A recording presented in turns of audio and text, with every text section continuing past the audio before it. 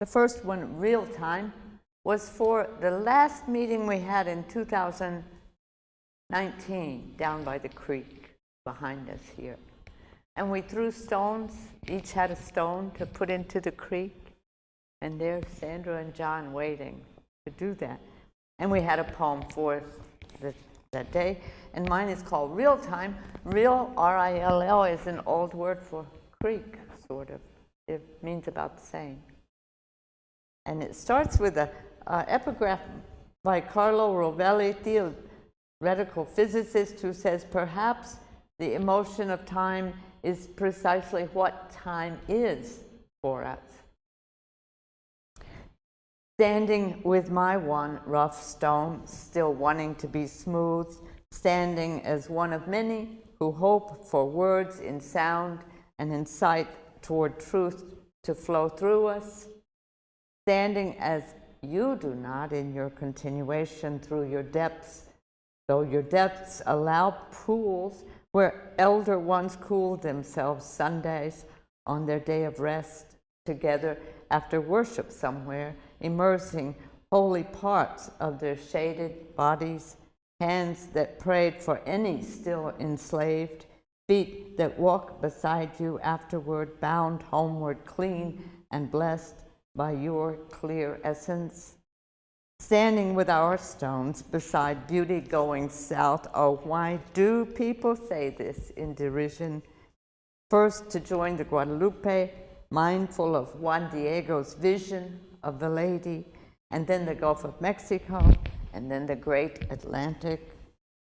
Standing on soil once Mexican, earlier European, yet earlier realm of native humans we still call Indians, once owned only by Earth herself, and her air, her fire, her water, you.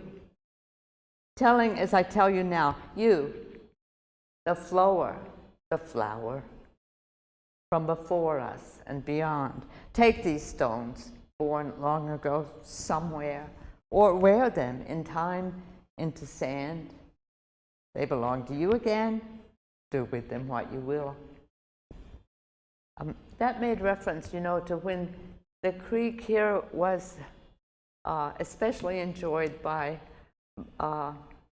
black congregants of the two historical churches. That Sundays were very much, they've been described very much as all along the creek was the gathering for especially the two black churches.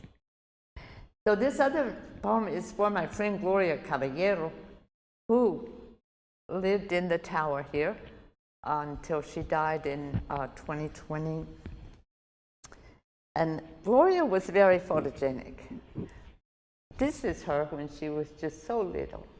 And you can already see, I didn't find my own pictures, but you can already see she had a special relationship with the camera. And so this is called Photogenicity, Photogeneity. Both words apply. With 1,000 words, I'd still not say how beautiful you were on the ferry that day we made our way back from Staten Island. And why had we gone? Can you recall? Past the Lady de Libertad in upper corner there, in that photograph you keep near your chair, you in your long red coat with your short hair, as black as 67, as back in 1957 when we sat in 6th grade country school desks next to each other. What if we had guessed that one late autumn day, 60 years later, we'd be ferrying together in New York City? We'd have wiggled with giggles, been sent to stand in the hall. Out of hearing then, you'd have been free to teach me new words. Luciérnaga, firefly maybe, or photogénica, meaning sometimes to make or emit light, not just as we use it for those who, like you, always look exquisitely right for the camera, and thus for us, for all of time. These 10 years since that day, have they been a dark hallway, Is it easier to bear if you sit in that chair in the good light to see as you lean over the rail, nearing Manhattan, how long your striking beauty has found liberty, its photogenic proof? I have one more funny one. So I think it's funny, although it's pretty sad. It's called Searching for Lost Book Until the End of Time. I've already looked under the bed to find some other lost things instead. I've already asked the local librarians, who could only say the date it was due on. I've searched all cabinets, all the shelves and crannies suitable only for elves. I've discussed this loss with good St. Anthony, who suggested I'd failed to comprehend entropy. So whatever spot or nook it's taken, I hope this book, no, it's not forsaken. For me, slow reading it was, I admit, but I fully intended to finish it.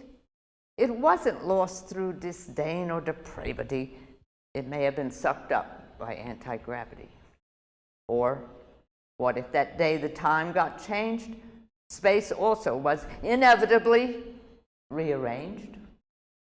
If you should happen on a book by Brian Greene somewhere in time and space, wherever it's been, do please let me know in prose or end rhyme.